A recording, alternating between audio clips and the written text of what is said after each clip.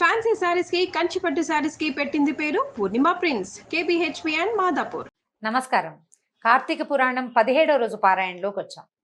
ఇంతకు ముందు రోజు శ్రీకృష్ణ పరమాత్మ సత్యభామామణి చేసినటువంటి పూర్వజన్మ సుకృతం వల్లే ఆ జన్మలో కార్తీక వ్రతాచరణ వల్లే ఈ జన్మలో ఆమె కృష్ణునికి భార్య కాగలిగిందని, ఆమె కోరిన కోరికలన్నీ ఈడేరినాయని చెప్పారు. తర్వాత విషయం చూద్దాం. ఇప్పుడు సూత మహాముని చెప్తున్నాడట. పూర్వాధ్యాయంలో చెప్పినట్టుగా సత్యభామ శ్రీకృష్ణుడికి నమస్కరించి, ప్రాణేశ్వర, కాలస్వరూపుడు అయిన నీకు సర్వకాలాలు అవయవాలుగా ఉన్నాయి. భగవంతుడు కాలస్వరూపుడు. సర్వకాలాలు అంటే పొద్దున మధ్యాహ్నం సాయంత్రం రాత్రితో పాటు పగలు రాత్రి, వీటితో పాటు అన్ని ఋతువులు, ఇవన్నీ కూడా భగవంతుని యొక్క అవయవాలు, కాలపురుషుని అవయవాలు. భగవంతుడు కాలస్వరూపుడు.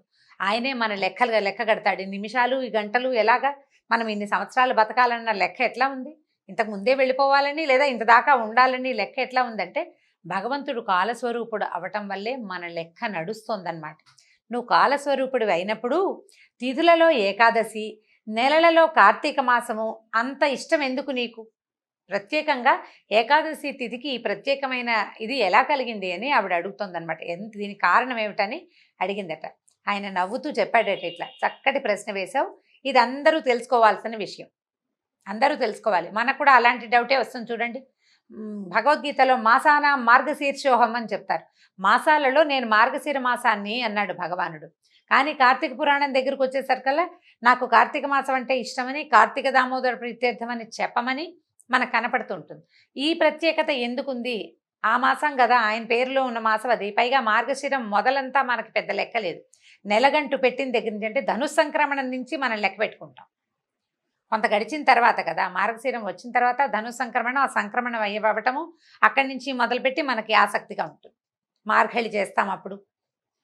ఎందుకు ఈ నెల అనేది ప్రత్యేకమైన ప్రశ్నే. దీన్ని సత్యభామాదేవి అడిగితే అప్పుడు కృష్ణమూర్తి ఇలా చెప్తున్నాడు అనమాట. మంచి ప్రశ్న వేశావు. గతంలో పృథు చక్రవర్తి నారదుణ్ణి ఈ ప్రశ్న వేశాడు. పూర్వకాలం ఎప్పుడో జరిగింది. అప్పుడు నారదుడు చెప్పిద్దాన్ని నేను నీకు చెప్తానన్నాడు. నారదుడు ఏం చెప్పాడో చూద్దాం. నారద ఉవాచ, పృథు చక్రవర్తితో చెప్తున్నాడు. సముద్రుని కుమారుడైన శంఖుడనే రాక్షసుడు త్రిలోక కంటకుడుగా అయ్యి సర్వదేవతల అధికారాల్ని హస్తగతం చేసుకున్నట్ట. దేవతల అధికారాలంటే ఒకళ్ళు వాన కురిపించే దేవుడు, నిప్పును మండించే దేవుడు, గాలి తెప్పించే దేవుడు, ఎంతమంది ఉన్నారు దేవతలు, వాళ్ళందరి పనులు లాగేసుకున్నట్ట. ఈ లాగేసుకుని వాళ్ళని స్వర్గం నుంచి తరిమేశాడు. అష్టదిక్పాలకుల తాలూకు అధికారాలని చేజిక్కించుకుని వాళ్ళని పంపేశాడట. ఈ పారిపోయిన దేవతలు ఏం చేశారు? తమ భార్య బంధువులతో సహా మేరు పర్వతం అనే బంగారు పర్వతం తాలూకు కొండ గుహలలో దాక్కున్నారట. లోపల గుహల్లో దాక్కున్నారు. అయినా శంఖుడికి తృప్తి కలగలేదట. కలగక ఏమనుకున్నాడు? పదవులు పోతే మాత్రం బలం పోతుందా? పటుత్వం పోదు. పదవి పోయిందనుకోండి, పటుత్వం పోదు. వాడు ఎక్కడెక్కడ తనకు అవకాశం ఉందో చూసుకుని అక్కడ బలం పెంచుకునేందుకు ప్రయత్నం చేస్తారు. ఇప్పుడు కూడా మనం చూస్తున్నాం చూడండి. ఓసారి పదవి పోయిందంటే రెండోసారి రెట్టించిన ఉత్సాహంతో దిగుతారు రంగంలోకి. కాబట్టి పదవి లేనప్పుడు దాన్ని సాధించుకోవడం కోసం తమ బలాన్ని ప్రతివాడు పెంచుకుంటాడు. కాబట్టి ఈ అధికారాలు కోల్పోయినటువంటి దేవతలు ఏం చేస్తారోనని ఆ రీత్యా వేదమంత్రాల వల్ల దేవతలు శక్తివంతులు అవుతారు. కాబట్టి వేదాలని కైవసం చేసుకోవాలనుకున్నాడట. అంటే అన్ని రకాల అవకాశాలని కట్ చేయాలన్నమాట. ఇప్పుడు లేటెస్ట్ ట్రెండ్ కూడా అదే. ఇది పాత పద్ధతేనమాట. ఈ అన్నిటినీ కట్ చేసే మార్గంలో ఏం చేశాడు? దేవతలకి బలం పెరిగేది ఎట్లా? యజ్ఞాల వల్ల. యజ్ఞం దేన్ని ఆధారం చేసుకుని ఉంటుంది? వేదాన్ని ఆధారం చేసుకుని ఉంటుంది. వేదం పట్టేసుకుంటే ఇంక ఇబ్బంది లేదని చెప్పి ఏం చేశాడట ఈయన? వేదాలని కైవసం చేసుకోవాలనుకుని విష్ణువు యోగ నిద్రాగతుడైన ఒకానొక వేళలో, విష్ణువు యోగ నిద్రలో ఎప్పుడు ఉంటాడని చెప్పుకున్నాం మనం. తొలి ఏకాదశి నుంచి కార్తీక శుద్ధ ద్వాదశి దాకా, అంటే కార్తీక శుద్ధ ఏకాదశి, బోధన ఏకాదశి దాకా, శయనేకాదశి నుంచి బోధన అంటే పడుకునే ఏకాదశి, నిద్రలేచే ఏకాదశి దాకా ఈ 4 నెలలు యోగ నిద్రలో ఉంటాడు. కొద్దిగా అలా కన్ను మూస్తాడనమాట. ఆ యోగ నిద్రలో ఉండగా ఏమైంది? బ్రహ్మ నుంచి వేదాలని ఆకర్షించాడు. కానీ యజ్ఞమంత్ర బీజాలతో కూడినటువంటి వేదాలు శంఖుడి చేతికి దక్కలేదట. దక్కకుండా ఏం చేసే? పారిపోయింది. వాటికి ప్రాణం ఉంది. పారిపోయి సముద్ర జలాల్లో దాక్కున్నాయట. నీళ్లలో దాక్కునేసరికి అది గుర్తించాడు ఈ శంఖుడు. ఒట్టి కాగితం ఉంది కానీ మన చేతుల్లో తాళపత్రాలున్నాయి. ఇందులో ఉండవలసిన మంత్ర విద్య వెళ్ళిపోయి నీళ్లలో దాక్కుంది. దాని బలం దానికి ఉంటుంది కదా. పారిపోయేసరికల్లా ఇతను ఏం చేశాడు? వెతికి సముద్రంలో దిగి తన తండ్రిదే కదా సముద్రం అంటే, శంఖుడి తండ్రి. సముద్రం అంతా వెతికినా కూడా పట్టుకోలేకపోయాడు. సాగరం అనంతమైంది కదా. పట్టుకోలేకపోయేసరికల్ ఇంతలో ఏమైంది, బ్రహ్మ పూజా ద్రవ్యాలు అవి సమకూర్చుకుని మేరు పర్వతపు గుహలలో ఉన్నటువంటి దేవతలందరినీ పిలుచుకుని వైకుంఠానికి చేరాడట. ఎందుకంటే వేదాలు వెళ్ళిపోయినాయి, వాటిని పట్టుకోవడానికి మా వల్ల కాదు, నువ్వే ఏదైనా సహాయం చేయాలని ఈ నిద్రపోతున్న ఆయన దగ్గరికి మేళతాళాలతోటి బయలుదేరి వెళ్ళాడు. వెళ్ళేసరికల్లా ఏం చేశారు, అందరూ కలిసి వివిధ నృత్యవాద్య గీత నామస్మరణాదులతో ధూపదీప సుగంధ ద్రవ్యాలతో కోలాహలం చేస్తూ యోగ నిద్రాగతుడైన శ్రీహరిని మేల్కొలిపే ప్రయత్నం చేశారు. ఆయన నిద్రపోతున్నాడు, దేవుడికి ఇలా ఇలా తడితే ఎక్కడ లేస్తాడు, తట్టకూడదు, శబ్దం చేయాలి, అది కూడా ఇలాగా డమడమలాడిస్తే విసుగొస్తుంది, ఎవడైనా నిద్ర లేపిందని తిట్టారు. అలా కాకుండా ఒక చక్కటి సంగీతం, ఘుమఘుమలాడే ధూపదీప నైవేద్యాలు, మంచి వాసనలు, పువ్వులు, దండలు, వాటి వాసనలు, తర్వాత వీళ్ళంతా కలిసి స్తోత్రపాఠాలు కర్ణపేయంగా ఉంటాయి, శ్రవణానందకరంగా ఉంటుంది, వింటుంటే బాగుంటుంది కదా. సంగీతం కూడా మేళము తాళము కూడా డమడమలాడిచ్చేది కాకుండా ఒక మృదువైన సంగీతంతో ఈయన్ని మేల్కొల్పారట. ఎట్టకేలకి నిద్ర లేచాడు అయ్యవారు. లేచి ఏం చేశాడా, లేచి కూర్చున్న ఆయనకి షోడశోపచారాలు చేసి శరణు కోరారట దేవతలు. వాళ్ళందరినీ చూసి ఈయన ఏం చెప్పాడంటే, మీరు చేసిన సర్వోపచారాలకి సంతోషించిన వాడినై మీ పట్ల వరదుడనవుతున్నాను, అంటే మీకు వరాలు ఇచ్చేవాడుగా అవుతాను. ఈ కార్తీక శుద్ధ ఏకాదశి రోజు తెల్లవారుజామున నేను మేల్కొనే వరకు మీరు ఏ విధంగా అయితే సేవించారో అదేవిధంగా ధూపదీప సుగంధ ద్రవ్యాదులు నృత్య గీతవాద్య నామస్మరణాదులతోనూ షోడశోపచారాలతోనూ కార్తీక శుద్ధ ఏకాదశి ప్రాతర్వేళ నన్ను సేవించే మానవులు నాకు ప్రియులై నా సాన్నిధ్యాన్ని పొందేదరుగాక. వాళ్ల చేత నాకు ఇయ్యబడిన అర్ఘ్యపాద్యాలన్నీ కూడా ఆయా భక్తుల సుఖ సౌఖ్యాలకే కారణమగుగాక. అంటే భగవంతుణ్ణి మనం వేటితో అర్చిస్తామో అవన్నీ మనకి సుఖ సంతోషాలుగా మారతాయి. తులసి అర్పిస్తాం, ఆయనకు అత్యంత ప్రీతి, మనకి అత్యంత ప్రీతికరమైన విషయం జరుగుతుంది. తులసి జలంతో అభిషేకం చేస్తాం, ఆయనకి మహాసంతోషం, మనకు కూడా మహాసంతోషం కలుగుతుంది. ఆయనకి కొన్ని పదార్థాలు, రుచిములైన పదార్థాలు ఇష్టం, వాటిని సమర్పిస్తాం, మనకు కూడా అత్యంత రుచికరమైన భోజనం లభిస్తుంది. ఇట్లా ఎవరెవరు ఏ ఏ రకంగా స్వామిని సేవిస్తారో ఆ సేవలన్నీ కూడా వాడిని మనకే సుఖ సంతోషాలుగా పరిణమించే అవకాశాన్ని భగవంతుడు ఇచ్చాడట. తర్వాత ఇప్పుడు ఏం చెప్పారంటే, ఇప్పుడు మంత్రబీజ సమాయుక్తాలైన వేదాలు ఉదకగతాలైనట్లే ప్రతి కార్తీక మాసంలోనూ వేదాలు జలాశ్రయాలై వర్ధిల్లును గాక. ఇది మనకిచ్చిన వరం అండి. ఇప్పుడు మనం ఏం చెప్పుకుంటున్నాం, సాధారణంగా చెప్పేది తైలే లక్ష్మి జలే గంగా సాధారణ నియమం, జలంలో గంగ ఉంటుంది అని. స్వామివారు చెప్తున్నారు, ఈ వేదాలు ఉదకగతాలుగా ఉన్నట్టుగానే ఈ కార్తీకమంతా కూడా వేదాల యొక్క మంత్రశక్తి నీటిలో ఉంటుంది. ఎవడు ప్రాతస్నానం చేస్తాడో, నదీ స్నానం, మహానదీ స్నానం, సముద్ర స్నానం ఎవరు చేస్తారో నీటిలో మునిగి లేచిన వాడు మంత్రబీజయుక్త సమాయుక్తమైనటువంటి వేదంలోంచి మునిగి లేచినట్టే, అంత పుణ్యం లభిస్తుంది. అది చెప్తున్నారనమాట. ఇంకేం చెప్పారు, నేను ఇప్పుడే మీనావతారుణ్ణై సముద్ర ప్రవేశం చేసి శంఖుణ్ణి సంహరించి వేదాల్ని కాపాడతాను గాక. ఇక నుంచి కార్తీక మాస ప్రాతర్వేళ మానవులచే చేయబడే నదీ స్నానము అవభృశ స్నాన తుల్యమగు గాక. యజ్ఞాంతంలో చేయబడే మంత్ర స్నానంతో సమానమవుతుంది. కార్తీక మాసంలో ప్రాతర్వేళ గనక సముద్ర స్నానం కానీ నదీ స్నానం కానీ చేయగలిగితే చాలా అద్భుతమైన పుణ్యం లభిస్తుందని చెప్తున్నారు. తర్వాత ఏం చెప్పారు, మరియు మహేంద్రుడికి చెప్తున్నారు, కార్తీక వ్రతాన్ని ఆచరించిన వాళ్ళందరూ నేను వైకుంఠమును నువ్వు స్వర్గాన్ని పాలించడం మనకి సహజమైనట్లుగా పుణ్యలోకాల్ని పొందదగి ఉన్నారు. అంటే న్యాచురల్గా దొరికేస్తుంది, ఏం కష్టపడక్కర్లేదట. వైకుంఠంలో విష్ణుమూర్తి ఉంటాడు, స్వర్గానికి రాజు ఇంద్రుడు లాగా వీడికి పుణ్యలోకాలు, కార్తీక మాస వ్రతం చేశాడు వీడికి పుణ్యలోకం అనేది అంత శాశ్వతమైన ప్రయోజనంగా ఉంటుందట. అక్కడి నుంచి ఏం చెప్తున్నారు, వరుణదేవుడికి చెప్తున్నారు, కార్తీక వ్రతనిష్ఠుల కార్యాలకు విఘ్నాలు కలగకుండా రక్షణ చేసి పుత్ర పౌత్ర ధన కనక వస్తువాహనాది సమస్త సంపదలు అందించమంటున్నారు వరుణదేవుడిని. అంటే వరుణదేవుడిని అంటే వాన వస్తుంది, ఆ నీళ్లు అవి సకాలంలో మానవులకి అందేలాగా చేస్తే పంటలు అవి పండుతాయి, ధనధాన్య సమృద్ధిగా ఉంటారు ప్రజలు. అక్కడి నుంచి కుబేరుడికి చెప్తున్నారు, ఏ కార్తీక వ్రతాచరణ వల్ల మానవులు నా యొక్క సారూప్యాన్ని పొంది జీవన్ముక్తులవుతారో అటువంటి వాళ్ళందరికీ నువ్వు నా ఆజ్ఞానుసారంగా ధనధాన్య సమృద్ధిని కలిగించాలి. కుబేరుడంటే సాక్షాత్తు వెంకటేశ్వర స్వామికి అప్పించిన ధనదేవుడు, ధనాధిపతి. ఆయనకి ఏం చెప్పారంటే కార్తీక వ్రతాచరణ చేసిన వాడికి ధనము ధాన్యము సమృద్ధిగా ఉండేలాగా చేయమన్నారు. అంటే భగవంతుడు మానవులకు ఇచ్చిన అవకాశాలన్నమాట ఇవన్నీ.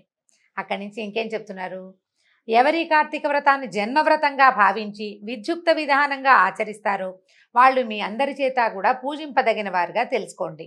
మేళతాళాలు మంగళవాద్యాలతో మీరు నన్ను మేల్కొల్పిన ఈ ఏకాదశి నాకు అత్యంత ప్రీతికరమైనది. అందువలన కార్తీక వ్రతము, ఏకాదశి వ్రతము అనే ఈ రెండింటిని ఆచరించడం కంటే నా సాన్నిధ్యాన్ని పొందేందుకు వేరే మార్గం లేదు. అత్యద్భుతమైన మార్గం ఇదే. తపోదాన యజ్ఞ తీర్థాలన్నీ స్వర్గఫలాన్ని ఇస్తాయి, కానీ వైకుంఠ పదాన్ని ఇవ్వవు. ఎందుకంటే వైకుంఠ పదము పునరావృత్తి రహితము. వైకుంఠాన్ని చేరినవాడు మళ్ళీ పుట్టడు. కానీ స్వర్గానికి వెళ్ళినవాడు తన కాలం అయిపోయాక, డబ్బులు అయిపోయాక ఇంటికి వచ్చేసినట్టుగా వచ్చేస్తాడు. మన టికెట్ అయిపోతుంది, ఇక్కడి నుంచి ఫలానా ఊరు దాకానే తీసుకున్నాము, ఆ తర్వాత ఊరికి మనం వెళ్ళడానికి వీల్లేదు, దింపేస్తారు, మళ్ళీ వెనక్కి రావటమే. అలా అవుతుంది స్వర్గం నుంచి. కానీ వైకుంఠం నుంచి పునరావృత్తి ఉండదు, మరల మానవ జన్మ లభించదు. ఆ జోలికి వెళ్ళమన్నమాట మనం అని. ఈ రకంగా శ్రీ మహావిష్ణువు దేవతలకు అట్లా ఉపదేశించిన వాడే తత్క్షణమే మహామత్స్య శాబకమై, అంటే ఏం చేశాడు, ఒక చేప పిల్లగా మారాడట ఆయన. వింధ్య పర్వతంలో పర్వతాల దగ్గర కశ్యపుడు నీళ్లు తీసుకున్నాడు పైకి, ఏమిటి అర్ఘ్యం ఇవ్వడానికి. ఆ దోసిట్లోకి వచ్చాడు. ఆ చేప పిల్లని ఏం చేశాడు, అయ్యో పాపం నా చేతిలోకి వచ్చింది కదా అని తన కమండలంలో వేశాడు. ఈ వేసిన వెంటనే ఈ చేప పిల్ల పెద్దదైపోయింది. కమండలం పట్టల, కమండలం నిండా వచ్చేస్తోంది. అప్పుడు ఏం చేశారు, దాన్ని తీసుకెళ్ళి ఒక నూతులో వేశారట. రెప్పపాటులోనే ఈ శఫరీ శిశువు అని చెప్తున్నారు, ఈ చేప పిల్ల నూతిని మించిపోయింది. అక్కడి నుంచి దాన్ని తీసి ఒక సరస్సులో పెట్టారు. సరస్సు కూడా నిండిపోయింది, సరస్సును కూడా దాటేసింది. అప్పుడు దాన్ని తీసుకెళ్లి సముద్రంలో వదిలిపెట్టాడట కశ్యపుడు.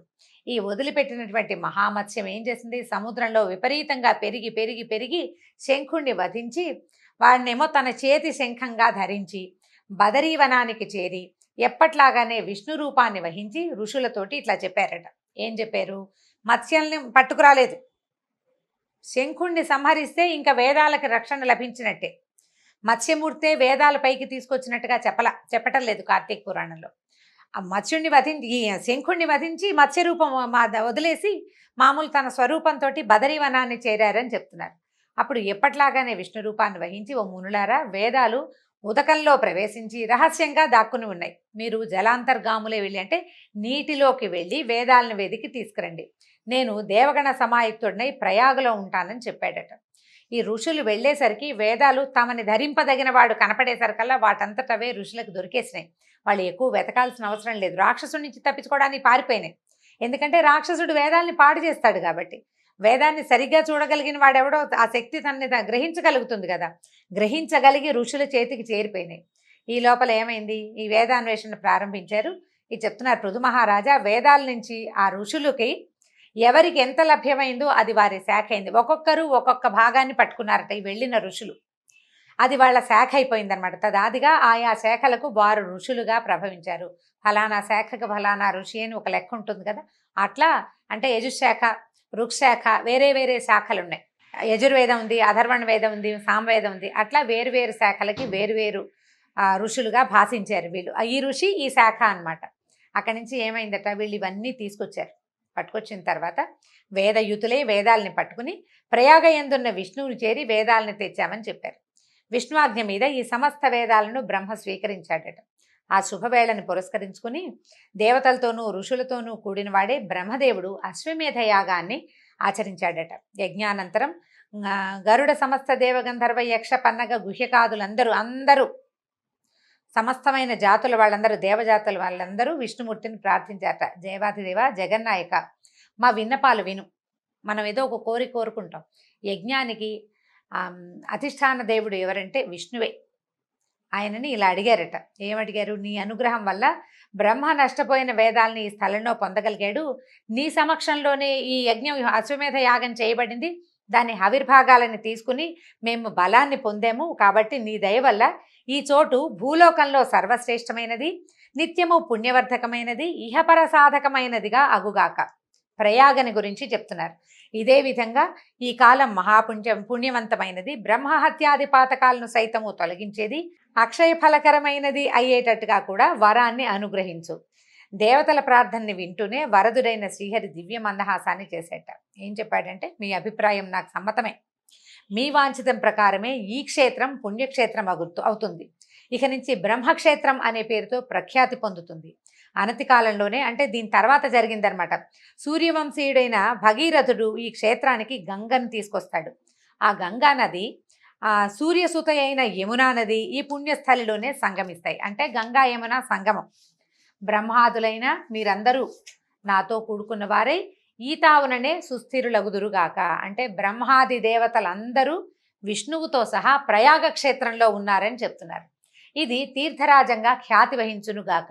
ఈ నెలవనందు ఆచరించే జప తపో వ్రత యజ్ఞహోమాది అర్చనాదులన్నీ అనంత పుణ్యఫలదాలై నా సాన్నిధ్యాన్ని అందించురుగాక. ప్రయాగలో సాధారణంగా అందరూ వెళ్ళి ప్రయాగలో తర్పణాలు అవి విడుస్తారు. అక్కడ గంగా సంగమంలో స్నానం చేస్తే కోటి జన్మలు చేసిన పాపాలు కూడా పోతాయని చెప్తారు. ఎందుకంటే అక్కడ విష్ణు సాన్నిధ్యం ప్రత్యక్షంగా ఉంది. ఈ కథ ప్రకారం విష్ణువు సర్వ దేవతలతోటి కలిసి ఆ క్షేత్రంలో ఉన్నాడు. తర్వాత ఏం చెప్తున్నారు, అనేక కృతాలైనటువంటి బ్రహ్మహత్యాది ఘోరపాతకాలు సైతం ఈ క్షేత్ర దర్శనం మాత్రం చేతే నశించిపోతాయి. ఇక్కడ నా సామీప్యంలో మరణించిన వారు నాయందే లీనమై మరుజన్మ లేని వాళ్ళు అవుతారు. ఎవరైతే స్థిరచిత్తులై ఈ తీర్థంలో పితృకర్మల్ని ఆచరిస్తారో వాళ్ళ పితరులు నా సారూప్యాన్ని పొందుతారు. మామూలుగా పితృతర్పణాలు అవి చేస్తారు ప్రయాగ క్షేత్రంలో. ఈ కాలంలో సర్వదా పుణ్యఫలాన్ని ఇస్తుంది. ఈ కాలం అంటే ఇది ఇప్పుడు కార్తీక మాసం ఎప్పుడు ఫలితాన్నే ఇస్తుందని చెప్తున్నారు. సూర్యుడు మకరమందుండగా ప్రాతస్నానం చేసిన వాళ్ళని చూసినంత మాత్రం చేతనే సామాన్య దోషాలన్నీ పోతాయి. వాళ్ళకి నేను క్రమంగా సాలోక్య సామీప్య సారూప్య సాయుధ్యాలని ప్రసాదిస్తాను. 4 రకాల ముక్తులు ఉంటాయని చెప్పాం కదా. ఈ 4 రకాలు వాళ్ళ కర్మ ఫలితానుసారంగా ఈ 4 ఒకటి వరుసగా లభిస్తుందట. తర్వాత ఓ ఋషులారా, శ్రద్ధాళువులుగా వినండి. నేను సర్వకాల సర్వావస్థల్లోనూ కూడా ఈ బదరీవన మధ్యంలోనే విడిది చేసి ఉంటాను. అంటే ప్రయాగ క్షేత్రంలోనే భగవానుడు ఉంటానని చెప్తున్నాడు. ఇతరేతర క్షేత్రాలలో సంవత్సరాలుగా తపస్సు చేయటం వల్ల ఏ ఫలితం కలుగుతుందో ఆ ఫలాన్ని ఈ బదరీ క్షేత్రంలో, ఈ బదరీ క్షేత్రం అంటే బదరీ వనంలో ప్రయాగ క్షేత్రంలో ఒక్కరోజు తపస్సుతోటే పొందవచ్చు. ఈ తీర్థ దర్శనం మాత్రం చేతే సర్వులు తమ పాపాలని పోగొట్టుకున్న వారై జీవన్ముక్తులవుతారు. ఈ రకంగా శ్రీ మహావిష్ణువు దేవతలకు వరప్రదానం చేసి బ్రహ్మతో కలిసి అంతర్హితుడయ్యాడు. ఆయన తన లోకానికి వెళ్ళిపోయాడు. ఇంద్రాదులు కూడా తమ తమ అంశలను ఆ క్షేత్రంలో విడిచి తాము కూడా అదృశ్యులయ్యారు. కాబట్టి అంటే ఈయన చెప్తున్నాడు పృథు చక్రవర్తికి, బదరీవన యాత్రా దర్శనాదుల చేత మానవులు ఎంతటి పుణ్యాన్ని పొందగలరో అంతటి పుణ్యాన్ని కూడా ఈ కథాశ్రవణం మాత్రం చేతే పొందగలరు అని చెప్పారు నారద మహర్షి. ఈ వ్యవహారాన్ని, ఈ విషయాన్ని మొత్తాన్ని శ్రీకృష్ణుడు సత్యభామామణికి చెప్తున్నారనమాట. ఏకాదశి రోజు ఆయనకి ఎందుకు ప్రీతికరం అంటే ఆ రోజునే ఆయనని దేవతలు వేదాలని రక్షించడం కోసం నిద్రలేపారు. ఆయన్ని సంతోషంగా అంటే ఆహ్లాదభరితమైన వాతావరణంలో నిద్రలేచిన శ్రీహరి ఎప్పుడూ ఈ కాలంలో ఇలా ఆహ్లాదభరితంగా నన్ను నిద్రలేపినవాడు అఖండ ఐశ్వర్యాన్ని తర్వాత అనంతమైన పుణ్యాన్ని పొందుతాడని చెప్తున్నాడు. దీంతో 17వ రోజు పారాయణ సమాప్తం. నమస్కారం.